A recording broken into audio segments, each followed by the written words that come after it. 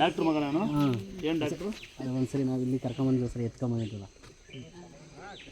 ಅಲ್ಲಿ ಬರ್ತಾರೆ ಡಾಕ್ಟ್ರ್ ಅವರು. ಹಾಲು ಕೈ 2 ಸ್ವಾಧೀನ ಹೋಗಿತ್ತು 2 ವರ್ಷದಿಂದ. ಏನು ನಡೆಯೋಕ್ಕೆ ಆಗ್ತಿರ್ಲಿಲ್ಲ.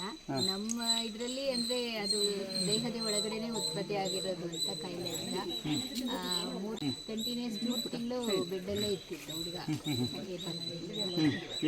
ಈಗ ಹಂತವಾಗಿ ಎಲ್ಲ ನಡೆಯೋದು ಎಲ್ಲ ಬರ್ತಾ ಇದೆ.